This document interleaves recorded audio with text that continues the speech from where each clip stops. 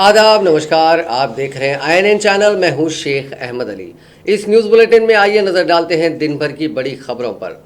Waste Bengal और उड़ीसा में चारशुम्बे को तबाही मचाने के बाद सुपर साइक्लोन अम्फान अब धीमा पड़ने लगा है। वेस्ट बंगाल की वज़ीर आला ममता बनर्जी ने बताया कि तूफान की वजह से बंगाल में 72 लोगों की मौत हुई है। रियासत में 5,500 घर तबाह हो गए, हजारों करोड़ रुपए का नुकसान हुआ। उन्होंने कहा कि ऐसी तबाही कभी नहीं देखी गई। ममता ने कहा कि वो वज़ीर आज़म मोदी से अपील करेंगी कि वो खुद बंगाल आएँ और यहाँ के हालात देखें। ममता की अपील के बाद वज़ीर आज़म साइक्लोन से मुतासरा इलाकों का हवाई दौरा करने जाएंगे। रिपोर्ट्स के मुताबिक वो जुमे की सुबह कोलकाता पहुंचेंगे। वज़ीर आज़म मोदी ने ट्वीट करके कहा कि बंगाल में तूफान से हुई तबाही की तस्वीरें देखी। पूरा मुल्क मजबूती के साथ बंगाल के साथ खड़ा है। रियासत के लोगों की सलामती के लिए दुआ कर रहे हैं। मुतासरा लोगों की मदद में कोई कसर बाकी नहीं रखी जाएगी। दुनिया में अब तक 51,72,140 लोग कोरोना वायरस से मुतासिर हो चुके हैं। 20,45,310 ठीक भी हुए हैं। मौतों का आंकड़ा 3,71,158 हो गया है। वहीं चाइना के वुहान में 12 मई से अब तक 30 लाख कोरोना टेस्ट किए गए हैं। यहाँ चारशुम्बे को 8,87,321 लोगों की जांच की गई। 12 मई से लेकर अब तक चीन में सिर्फ 48 लोग कोरोना पॉजिटिव मिले हैं। चीन ने 10 दिन में पूरे वुहान का टेस्ट करने की मुहिम शुरू की है। चीन में अब तक मुतासरीन के जुमला 82,967 मामले सामने आए हैं और 4,637 लोगों की मौत हुई है। हिंदुस्तान में कोरोना वायरस इन्फेक्शन के एक दिन में रिकॉर्ड 5,609 केसेस सामने आने के साथ कुल मुतासरीन की तादाद 1,12,359 तक पहुंच गई। अगरचे कि राहत की बात यह है कि इस दौरान 3,000 से ज़्यादा लोगों ने इस इन्फेक्शन से नजात भी हासिल की। वज़ारत सेहत की जानिब से जुमेरात को जारी आदाद शुमार के मुताबिक 24 घंटों में 5,609 नए केसेस सामने आए, जिससे कुल मुतासरीन की तादाद 1,12,359 तक पहुंच गई। मुल्क में कुल फ़ाल मामले यानी एक्टिव केसेस 63,624 है। इससे एक दिन पहले 5,611 नए केसेस सामने आए थे। मुल्क में इस इन्फेक्शन से गुज़िश्ता 24 घंटों में 132 लोगों की मौत होने से हलाकतों की तादाद 3,435 हो गई है। इन्फेक्शन के बढ़ते मामलात के दरमियान इस बीमारी से ठीक होने वालों की तादाद में भी इजाफा हो रहा है और गुज़िश्ता 24 घंटों में 3,002 लोग इस वायरस से आज़ाद हुए हैं, जिससे सेहतमंद हुए लोगों की कुल तादाद 45,300 हो गई है।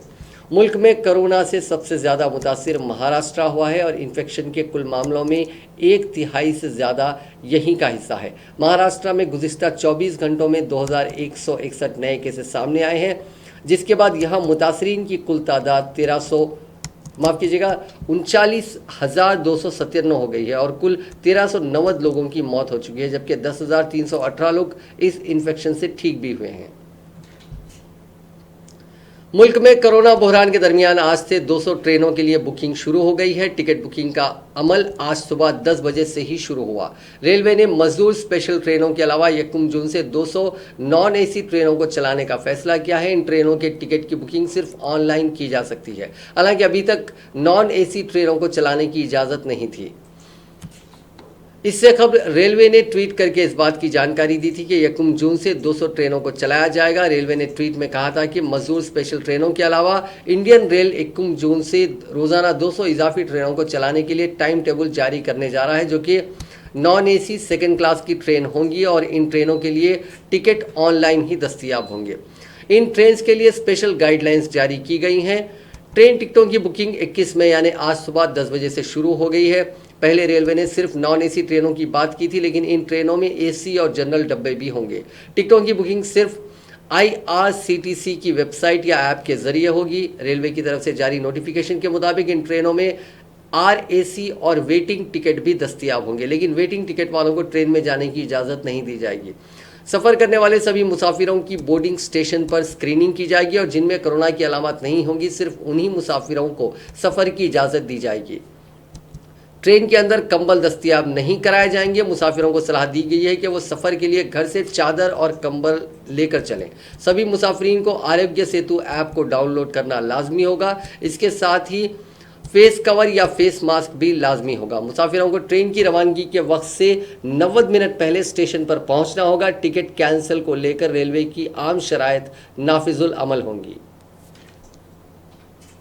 कांग्रेस सदर सोनिया गांधी के पहल पर महाजिर मजदूरों की सूरत हाल और माशी हालात से निपटने के ताल्लुक से हुकूमत के इक़दाम पर तबादला ख्याल के लिए अपोजिशन जमातों की जुमे को एक अहम मीटिंग तलब की गई है। ज़राए के मुताबिक सोनिया गांधी इस मीटिंग की सदारत करेंगी, जिसमें अपोजिशन के तकरीबन 24 जमातों के लीडरान शामिल होंगे। वीडियो कॉन्फ्रेंसिंग के जरिए मुनक़िद ये मीटिंग दोपहर 3 बजे से शुरू होगी। उन्होंने कहा कि मीटिंग में महाजिर मजदूरों की बदतर हालत, कोरोना और लॉकडाउन, हुकूमत के 20 लाख करोड़ रुपए के माशी पैकेज, किसानों और गरीबों जैसे उमूर पर तबादला ख्याल होने की उम्मीद है। मीटिंग में एनसीपी, तृणमूल कांग्रेस, डीएमके, राष्ट्रीय जनता दल, बाएं बाजू की जमातें, national conference, Jharkhand Mukti Morcha, Janata Dal S, Bahujan Samaj party, Shiv Sena, Loktantrik Janata Dal, Telugu Desam party, RLD वगैरह जमातों के लीडरान हिस्सा ले सकते हैं।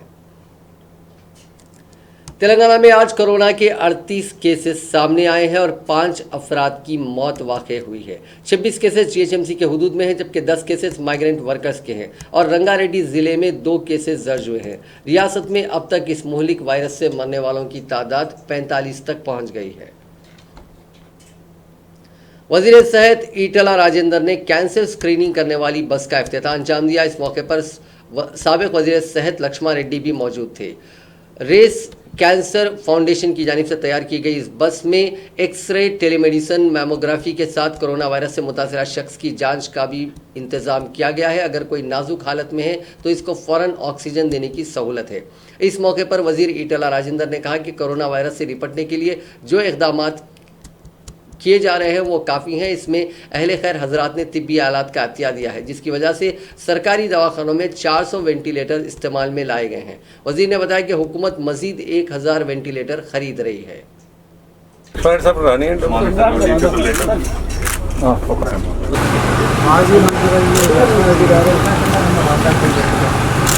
ఆరోగ్య శాఖ మంత్రిగా ఉన్నారు చంద్రబాబు రేస్ క్యాన్సర్ ఫౌండేషన్ కింద 8% క్యాన్సర్ స్క్రీనింగ్ అలాగే ఇప్పటికే వాళ్ళు 4 వెహికల్స్ గ్రామీణ ప్రాంతాల్లో ఉన్న ప్రజలకు ఎన్ని క్యాన్సర్ డిటెక్షన్ వల్ల అయితే ప్రాణాపాయం నుంచి తప్పించవచ్చు, వాళ్ళు బ్రతికించవచ్చు అనేటువంటి కాన్సెప్ట్తో ఇది మొదలైంది। ఈ బస్సులో క్యాన్సర్ స్క్రీనింగ్తో పాటుగా మెడిసిన్ ఫెసిలిటీ కూడా ఇందులో ఉంది।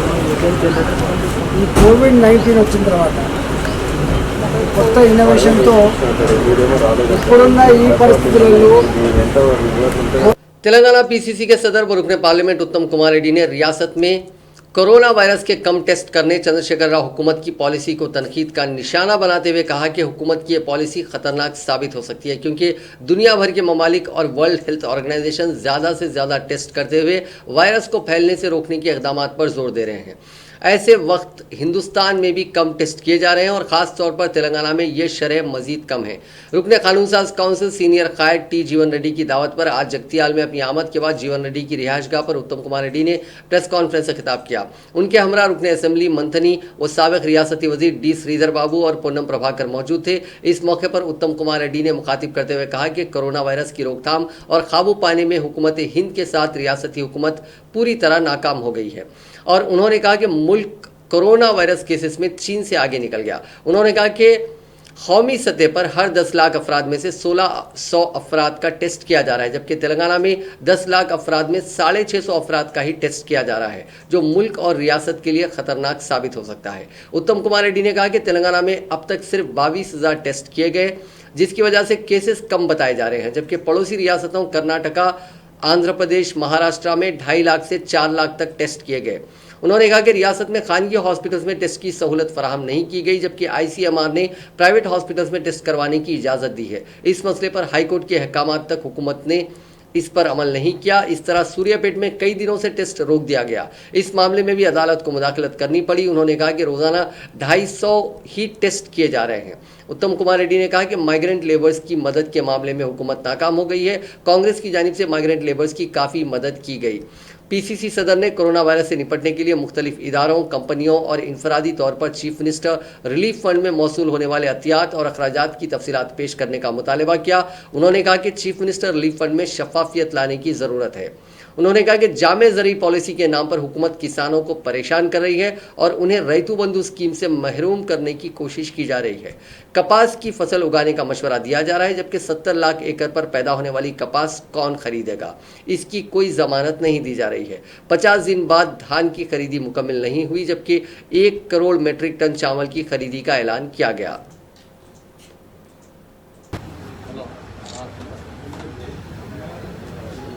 జగిత్యాల వచ్చిన సందర్భంగా విలేకరు మీతోని నాకు ప్రియమైన కాంగ్రెస్ నాయకులు కార్యకర్తలతో కొన్ని ఆలోచనలు పంచుకోవాలనుకుంటున్నాను. ఒకటి, కరోనా విషయంలో, కరోనా పాండమిక్ విషయంలో ప్రపంచవ్యాప్తంగా మానవ జాతిని కుదిపేసిన ఈ పాండమిక్ విషయంలో తెలంగాణ ప్రభుత్వం ఒక ప్రమాదకరమైన ధోరణి అవలంబిస్తుందని చెప్పి మేము భావిస్తున్నాం. ప్రపంచవ్యాప్తంగా లక్షలాది మందికి ఈ వ్యాధి సోకి అందులో కొన్ని లక్షల మంది చనిపోయి ప్రపంచంలో అగ్రదేశాలే సతమతమవుతున్న ఈ సమయం ప్రత్యేకంగా ఆశ్చర్యకరం ఏంటంటే అద్భుతమైన మెడికల్ ఇన్ఫ్రాస్ట్రక్చర్ ఉండి మెడికల్ పర్సనల్ ఉన్న అమెరికా, ఇంగ్లాండ్, ఇటలీ, స్పెయిన్ ఇటువంటి దేశాల్లో ఎక్కువ ఈ కరోనా వ్యాధి రావడం, ఎక్కువ మంది చనిపోవడం మనకి అంకెల ద్వారా తెలుస్తుంది. భారతదేశం పరిస్థితి ఇప్పుడు ఎక్కువ దేశాల కన్నా అంత కాక कोरोना के इन्फेक्शन के साथ गांधी हॉस्पिटल पहुंचे शौहर के लापता हो जाने की शिकायत एक खातून ने पुलिस से की है। शहर हैदराबाद के वनसलीपुरम की रहने वाली खातून ने ट्विटर के जरिए तेलंगाना के वजीर इंफॉर्मेशन टेक्नोलॉजी केटी रामाराव को ये इत्तला दी। इस खातून ने अपने ट्वीट में कहा कि इसका शौहर कोरोना वायरस मुस्बित पाया गया, जिसके बाद इसको गांधी हॉस्पिटल में दाखिल करवाया गया। इस खातून ने कहा कि घर के तमाम अफराद को रुबे सेहत होने पर घर जाने की इजाजत दे दी गई, ताहम उनके शौहर को घर जाने की इजाजत नहीं दी गई। गांधी हॉस्पिटल के डॉक्टर से जब इस ताल्लुक से पूछा गया तो उन्होंने कोई जवाब नहीं दिया। इस खातून ने उसके शौहर के लापता होने का दावा किया। इसी दौरान वजीर सेहत ईटला राजेंद्र ने इस मामले पर अपना रद्द-ए-अमल जाहिर करते हुए कहा कि कोविड-19 से मुतासिर अफराद की मौत पर उनकी आखिरी रसूमात पर लोगों में खौफ पाया जाता है। ये शख्स अस्पताल से रुजू होने के अंदरून 24 घंटे चल बसा। उसके बेटे को उसी दिन अस्पताल लाया गया। गुज़िश्ता माह की 1 तारीख को ही इस शख्स की मौत हो गई थी। उन्होंने कहा कि इस शख्स की मौत की इत्तला उसके खानदान को नहीं दी गई, बल्कि सिर्फ इंतहाई करीबी अफराद को उसकी इत्तला दी गई, जिनका कहना था कि अगर उस शख्स के अरकान खानदान को इस बात की इत्तला दी गई तो उसके अरकान खानदान पर सख्ता तारी हो सकता है, इसलिए उनकी इजाज़त के बाद ही शख्स की आखिरी रसूमात अंजाम दे दी गई। उन्होंने कहा कि उस वक्त इस शख्स के तमाम अरकान खानदान हॉस्पिटल में ही थे, इसलिए बल्दिया की जानिब से उसकी आखिरी रसूमात अंजाम दे दी गई। उन्होंने कहा कि लाश को फ्रीज़र में रखने की सूरत हाल नहीं थी। उन्होंने इस शख्स की बीवी के इल्ज़ामात की तरदीद की कि हॉस्पिटल के हुक्काम ने उनकी रजामंदी हासिल नहीं की और अस्पताल के हुक्काम से पूछे गए सवालात का जवाब नहीं दिया जा रहा है। हैदराबाद के इलाके बुराबंडे के NRR पुरम साइट 3 का एक पुराना मकान मामूली नजर आता है, ताहम उसकी उम्मीद बैन तबका हम आहंगी की कहानी गैर मामूली है। गुज़िश्ता 2 माह के दौरान जब कभी तबलीगी जमात का लफ्ज़ सुनने में आया, इस लफ्ज़ को सिर्फ तनाज़े की हद या लोगों को हिंदू और मुस्लिम के खतूत पर तकसीम करने के पस मंज़र में सुना गया। इसके ज़रिए मुनाफिरत फैलाने वालों को एक मौका मिला। इस दौरान कोरोना जिहाद जैसा नागवार लफ्ज़ भी बाज़ मुतसिब अफराद से सुना गया। लेकिन हैदराबाद के इस छोटे से महल्ले में लोग दिल्ली के तबलीगी जमात के मरकज़ में कोरोना से मुतासिर होने के बाद उससे रूबे सेहत शख्स को हमदर्दी और शफकत के साथ हीरो की तरह शानदार इस्तकबाल करते हुए मुनाफिरत फैलाने वालों का मुकाबला करने और उनके दावों को गलत साबित करते हुए अपने जज्बे को तहरीक में तब्दील करने के लिए आगे आए। इस तरह के इस्तकबाल के ज़रिए इन अफराद ने यह साबित कर दिया कि शहर हैदराबाद में गंगा जमनी तहजीब अभी बाकी है और ये वाक़या उसकी ताज़ा मिसाल है। रूबे से शख्स का तालियों की गूंज में फूल निछावर करते हुए बिला लिहाज मजहब व मिल्लत इस्तकबाल किया गया। इस मौके पर Baba Fasiuddin deputy mayor greater Hyderabad municipal corporation ने गुलदस्ता पेश करते हुए उनका शानदार इस्तकबाल किया। मोहम्मद रफ़ीउल्लाह खान जो रूबे सेहत होकर अपने घर पहुंचे, इस ताल्लुक से बताते हैं कि 5 अप्रैल को वह शहर हैदराबाद के गांधी हॉस्पिटल में दाखिल किए गए, जो कोरोना से मुतासर अफराद के इलाज के लिए एक बड़े मरकज़ के तौर पर उभरा है। तकरीबन 43 दिन अस्पताल में वो ज़ेर इलाज रहे। अस्पताल से रूबे सेहत होने के बाद घर वापसी पर उनका हीरो की तरह इस्तकबाल किया गया। सड़क के दोनों जानिब लोगों ने तालियां बजाकर उनका इस्तकबाल किया। साथ ही एक आलिम दीन, एक पादरी और एक हिंदू खातून जो मौजिफ गेजेटेड ऑफिसर हैं, उन्होंने उनका शानदार खैर मकदम किया। हिंदू खातून ने जहां उनकी आरती उतारी तो पादरी ने उनके लिए दुआया कलमात अदा किए और आलिम दीन ने उनको दुआ दी। रफ़ी साहब ने कहा कि मेरी ये इब्तिदा में सोच थी कि चूँकि मैं बीमारी से रूबे सेहत हो रहा हूँ तो पता नहीं मेरे साथ किस तरह का रवैया इख्तियार किया जाएगा। ताहम महल्ले में पहुँचने पर मेरे लिए हैरत की इंतहा ना रही, क्योंकि मेरा बैन तबखाती इस्तकबाल किया गया। मेरा ये एहसास था कि रूबे सेहत होने के बाद इस बीमारी के ताल्लुक से पैदा खदशात के दरमियान मेरी तरफ कोई भी पलट कर नहीं देखेगा, क्योंकि आलमी सतह पर इस वायरस से मुतासरा मरीजों के साथ नामुनासिब रवैया इख्तियार किया जा रहा है और समाजी फासले के नाम पर दूर रहने की बात कही जा रही है। लेकिन जब मैं अपने महल्ले पहुंचा तो तालियों के साथ मेरा इस्तकबाल किया गया, जिस पर मुझे काफ़ी मसरत हुई। तमाम अफराद बिलखुसूस हिंदू, मुस्लिम, ईसाई तबकात के लोग भी मेरा इस्तकबाल करने वालों में थे। शहर के गांधी हॉस्पिटल के इंतजामिया ने कोरोना वायरस से फौत होने एक शख्स के घर वालों को इत्तला नहीं दी और जीएचएमसी के अमले ने आखिरी रसूमात भी अंजाम दे दी, जिस पर उस शख्स की बीवी ने हॉस्पिटल इंतजामिया से शोहर की सेहत के बारे में मालूमात हासिल करने की कोशिश की तो इब्तिदा में इसे बताया गया कि इसके शोहर की हालत तशवीशनाक है और वह वेंटिलेटर पर है। जब खातून ने शोहर की सूरत बताने का मुतालबा किया तो उस शख्स की 20 दिन कबल ही मौत हो जाने की इत्तला दी गई। हॉस्पिटल इंतजामिया के अजीब व गरीब जवाब से परेशान खातून ने वजीर बल्दियात KTR को ट्विटर पर उसकी इत्तला दी। ये खबर हम तफसील से आपको इससे पहले भी सुना चुके हैं। आंध्र प्रदेश के SRM यूनिवर्सिटी के इंजीनियरिंग के तुलबा के तालिब इल्म ने कोरोना वायरस से बचाव के लिए फेस शील्ड की तैयारी की है। शील्ड की नकाब कुशाई सेक्रेटेरिएट में अंजाम दी गई और इसको वजीर तालीम A सुरेश के साथ साथ रुकन पार्लियामेंट N सुरेश के हवाले किया गया। P Mohan Aditya mechanical engineering के तालिब इल्म ने इस फेस शील्ड की तैयारी की है और इसको फेस शील्ड 2 का नाम दिया गया है। पहला फेस शील्ड वजन में हल्का है, आसानी से पहना जा सकता है और पायदार भी है। इसके जरिए सारे चेहरे का तहफ़्फ़ुज़ किया जा सकता है। इसमें शफ़ाफ प्लास्टिक की फिल्म बनाई गई है। आदित्य ने कहा कि इस तहफ़्फ़ुज़ी आले के जरिए चेहरे को किसी भी किस्म की इम्कानी इन्फेक्शन वाली चीज़ों से बचाया जा सकता है। इस फेस शील्ड को कार्डबोर्ड से बनाया गया है। CNC यानी कंप्यूटर न्यूमेरिकल कंट्रोल मशीन के जरिए इसकी तैयारी का काम किया गया है। Andhra Pradesh state road transport corporation ने तमाम एहतियाती इक़दामात के साथ तकरीबन 61 दिनों बाद अपनी बस खिदमात का अहिया किया। बसें मुख्तलिफ शहरों बशमूल विजयवाड़ा, एल्लूरू, राजमंड्री, विशाखापट्टनम, गुंटूर और नेल्लूरू से चलाई गईं। ऑनलाइन तरीक़ेकार के जरिए जिन अफराद ने टिकट बुक किए थे उनको बस में बैठने की इजाज़त दी गई। जिस्मानी फासले की बरकरारी के लिए बाज़ बसों की एक सीट निकाली गई, जबकि एक सीट बाज़ दीगर बसों में खाली रखी गई। ओहदेदारों का कहना है कि इब्तिदा में RTC बसें एक स्टेशन से दूसरे स्टेशन तक दरमियान में एक ही स्टॉप के साथ चलाई जाएंगी। मुसाफिरीन से ख्वाहिश की गई है कि वो अपने हाथों को सैनिटाइजर से धोएं और बसों में चढ़ने से पहले चेहरों पर मास्क लगाएं।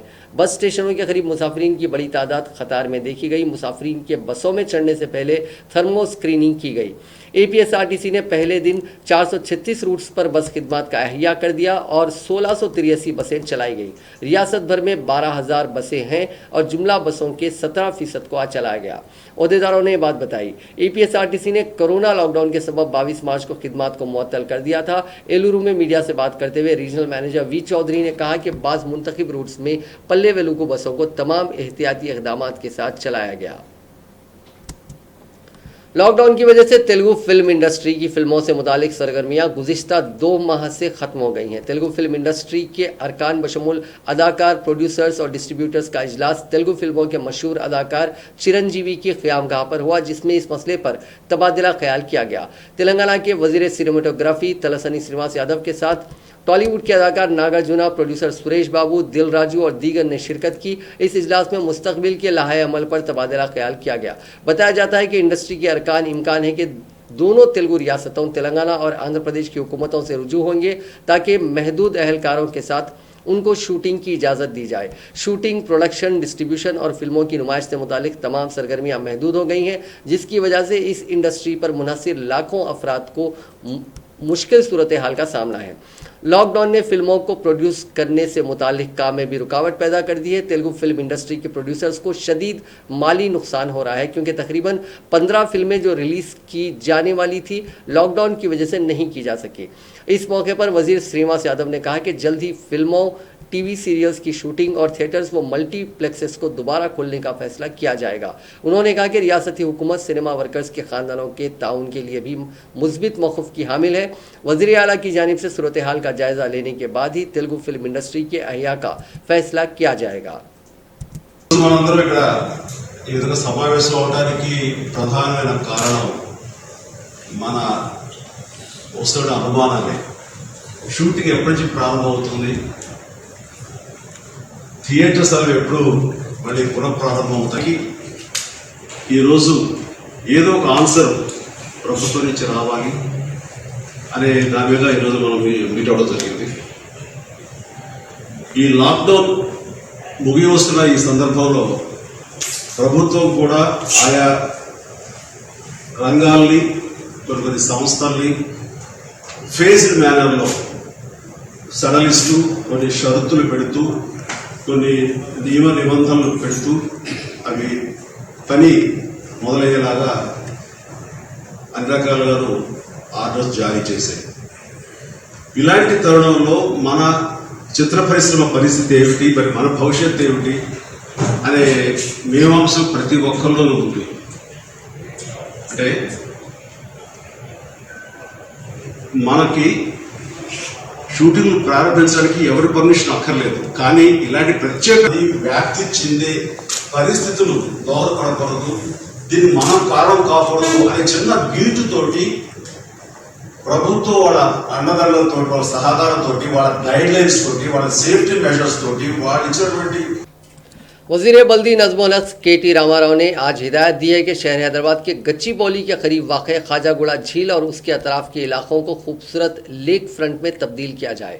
वज़ीर मौसूफ ने आज mayor greater Hyderabad municipal corporation B Ram Mohan, रुकन असम्बली गांधी और दीगर आला अहदेदारों के साथ झील और उसके अतराफ़ के इलाकों का मुआयना किया। इस मौके पर उन्होंने मेयर और रुकन असम्बली को इस इलाके को लेक फ्रंट में तब्दील करने की हिदायत दी। उन्होंने खदीम मुंबई हाईवे तर रोड नंबर 45 ख्वाजागुड़ा ता प्रशांत नगर को जोड़ने वाली लिंक रोड्स की पेशरफ्त का भी मुआयना किया। वज़ीर मौसूफ ने कहा कि तकरीबन लिंक्स का काम जारी है, जंगी खतूत पर जारी है।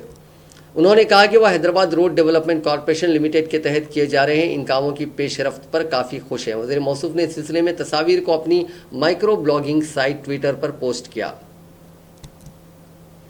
वज़ीर बल्दी नज़्मुल हक KT रामाराव ने बायोडाइवर्सिटी के फर्स्ट लेवल फ्लाईओवर ब्रिज का इफ्तिताह किया। इस मौके पर वज़ीर सबिता इंदिरा रेड्डी, शहर के मेयर बी राम मोहन के अलावा दीगर मौजूद थे। ये फ्लाईओवर ब्रिज SRDP पैकेज 4 के तहत 379 करोड़ की लागत से तामीर किया गया है। इस ब्रिज से JNTU से बायोडाइवर्सिटी जंक्शन के ट्रैफिक बहाव में काफ़ी मदद मिलेगी। Biodiversity junction first level flyover bridge 30 crore 26 lakh की लागत से तैयार किया गया है। 4 मरहले के तहत दीगर 5 काम पहले ही मुकम्मल हो चुके हैं, यह आखिरी काम था। यह ब्रिज 12 किलोमीटर पर मुहित है। 4 पैकेजेस के तहत Rajiv Gandhi junction, Ayyappa society junction, mind space junction underpass और second level biodiversity flyover bridge तामीर हो चुके हैं। साबिक वज़ीर आज़म राजीव गांधी की बरसी के मौके पर कांग्रेस पार्टी की तरफ से उन्हें खिराज पेश किया गया। सिटी सेंटर पंजागुट्टा पर वाक़ राजीव गांधी के मुजस्समे पर पार्टी सदर उत्तम कुमार रेड्डी, कारगुजार सदर रेवंत रेड्डी, साबिक रुकन राज्यसभा V हनुमंतराव के अलावा दीगर कायदीन मौजूद थे। इस मौके पर कांग्रेस कायदीन ने राजीव गांधी की खिदमात की सताइश की और उन्हें नाकाबिले फरामोश करार दिया। इसके बाद गांधी भवन में सदर PCC उत्तम कुमार रेड्डी ने राजीव गांधी को खिराज पेश किया। राजीव गांधी की बरसी के दिन यौम इंसदादे दहशतगर्दी के दिन के तौर पर मनाया जाता है। इस मौके पर सदर PCC उत्तम कुमार रेड्डी ने पार्टी कायदीन को हलफ दिलाया। इस मौके पर उत्तम कुमार रेड्डी ने कहा कि मुल्क की यकजहती को और उसकी आलमी सतह पर हिंदुस्तान को बावकार मुल्क बनाने में उनका अहम रोल रहा। टेक्नोलॉजी को हिंदुस्तान में फ़रोग देने का सहरा भी राजीव गांधी के सर जाता है। उत्तम कुमार रेड्डी ने कहा कि वो मुल्क के लिए अपने खून का आखिरी खतरा बहाने वाले कायद थे। రోజు కూడా రాజీవ్ గాంధీ గారి విగ్రహానికి మేము ఫ్లోరల్ ట్రిబ్యూట్స్ పే చేయడానికి రావడం జరిగింది. మరి రాజీవ్ గాంధీ గారి జీవిత చరిత్ర, వారు ఈ దేశానికి చేసిన ఎనలేని సేవలు ఈ దేశ ప్రజలు, కాంగ్రెస్ వాదులు ఎన్నడూ మర్చిపోరు. ఓటింగ్ ఏజ్ తగ్గించడం కానీ, పంచాయతీరాజ్ వ్యవస్థను బలపరచడం కానీ, మరి ఈరోజు భారతదేశంలో ప్రపంచంలో అత్యధికమైన కంప్యూటర్లు కానీ, మొబైల్ ఫోన్లు వాడడం కానీ, ఇవన్నిటికీ రాజీవ్ గాంధీ గారి తీసుకున్న కార్యక్రమాలే కారణం అని చెప్పి నేను మనవి చేస్తున్నాను. कुल हिंद कांग्रेस कमेटी के सेक्रेटरी व साबिक रुकन असेंबली डॉक्टर वंशी चंद ने रियासत में खानगी यूनिवर्सिटीज के क़याम की इजाज़त से दस्तबरदार हो जाने का हुकूमत से मुतालबा किया। गांधी भवन में प्रेस कॉन्फ्रेंस से खिताब करते हुए वंशी चंद रेड्डी ने कहा कि चंद्रशेखर राव हुकूमत ने केजी ता पीजी मुफ्त तालीम के वादे को 6 साल के बाद भी पूरा नहीं किया। रियासत की अवाम ने केजी ता पीजी मुफ्त तालीम के वादे पर भरोसा करते हुए टीआरएस को इख्तियार पर लाया था, लेकिन गरीबों से किए गए इस वादे को पूरा करने के बजाय खानगी यूनिवर्सिटी के क़याम की इजाज़त देते हुए गरीबों को आला तालीम से महरूम करने की साजिश की जा रही है। वंशी चंद रेड्डी ने कहा कि खानगी यूनिवर्सिटी के क़याम से मुतालिक जारी करदा ऑर्डिनेंस को फौरी मनसूख किया जाए और सरकारी यूनिवर्सिटी में वाइस चांसलर की मखलूआ ओहदों को पुर किया जाए। उन्होंने कहा कि खानगी तालीमी इदारों की जानिब से स्टाफ की तनख्वाहों की अदायगी को यकीनी बनाया जाए और उन्हें कॉलेज इंतजामिया के इस्तेसाल से बचाया जाए। कांग्रेस कायद ने कहा कि वज़ीर लेबर मल्ला रेड्डी, जो कई तालीमी इदारों के मालिक हैं, अपने स्टाफ और फैकल्टी को तनख्वाहों से महरूम कर रहे हैं, उनके खिलाफ कार्रवाई की जाए। कांग्रेस कायद ने कहा कि चीफ मिनिस्टर चंद्रशेखर राव ने रईतु बंधु स्कीम से माली इमदाद हासिल करने के लिए किसानों पर शराइत आयद की हैं। हुकूमत की तजवीज़ करदा फसलों को उगाने पर ही माली इमदाद फराहम की जाएगी। इसी तरह मुस्तकबिल में चीफ मिनिस्टर दीगर स्कीमों में भी इसी तरह की शराइत आयद कर सकते हैं। उन्होंने कहा कि कल्याण लक्ष्मी स्कीम के लिए उनके बताए हुए रिश्ते को कबूल करते हुए शादी करने पर ही रकमी इमदाद की जाएगी और तुलबा के लिए ये शर्त भी रखी जा सकती है कि उनके बताए हुए कॉलेज में दाखिला लेने पर ही फी रियम्बर्समेंट की रकम अदा की जाएगी। हरियाणा का सरकार कल एक ऑर्डिनेंस लाके स्टेट में 5 नए प्राइवेट यूनिवर्सिटीज को परमिशन दिए। असेंबली को बाजू रख के ये ऑर्डिनेंस के द्वारा ये जो 5 यूनिवर्सिटीज को परमिशन दिए, इसको हम कांग्रेस पार्टी के तरफ से हम अपोज करते और इसके खिलाफ हम लड़ेंगे। केसीआर चीफ मिनिस्टर बनने के लिए, सत्ता में आने के लिए केजी टू पीजी मुफ्त में सभी को एजुकेशन दूंगा बोल के सत्ता में आके आज जो फ्री एजुकेशन देने वाले यूनिवर्सिटीज, स्कूल्स, कॉलेजेस को बाजू रख के प्राइवेट एजुकेशन को, कमर्शलाइजेशन ऑफ एजुकेशन को केसीआर इंकरेज कर रहे। आज तेलंगाना स्टेट में अगर आप देखें तो 11 यूनिवर्सिटीज में वाइस चांसलर्स खाली है और जब से तेलंगाना गवर्नमेंट आए, गवर्नमेंट स्कूल्स में टीचर्स रिक्रूटमेंट नहीं है।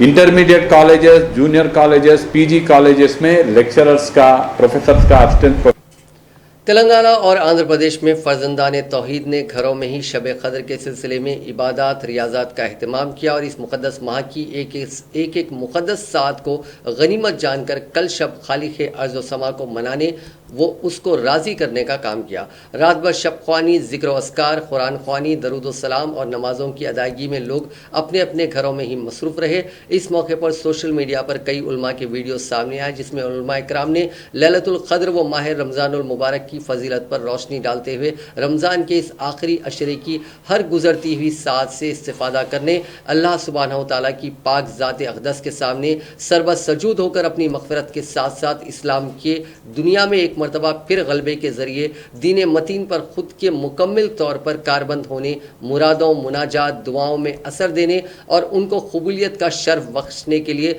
मालिक हकीकी के सामने गिड़गिड़ाने की तलकीन की। हमारे दीन मिल्लत ने इन वीडियोज़ के ज़रिए उम्मत को झिंझोड़ते हुए दीन पर सही मानों में अमल करने की ज़रूरत पर भी जोर दिया। लोगों ने बारगाह इज़ादी में सरबसजूद होकर वुसअत रिज़्क़, सेहत और सलामती और मग़फ़िरत की दुआएं भी तलब की। लोग घरों में ही रात भर शब ख्वानी, ज़िक्र व अस्कार, कुरान ख्वानी, दरूद व सलाम, नमाज़ों की अदायगी में ही मसरूफ़ रहे। नामवर उलमा इकराम व मशाइखीन ने आवाम से इस सिलसिले में अपील की थी। नाज़रीन, इस न्यूज़ बुलेटिन में बस इतना ही। देखते रहिए INN चैनल।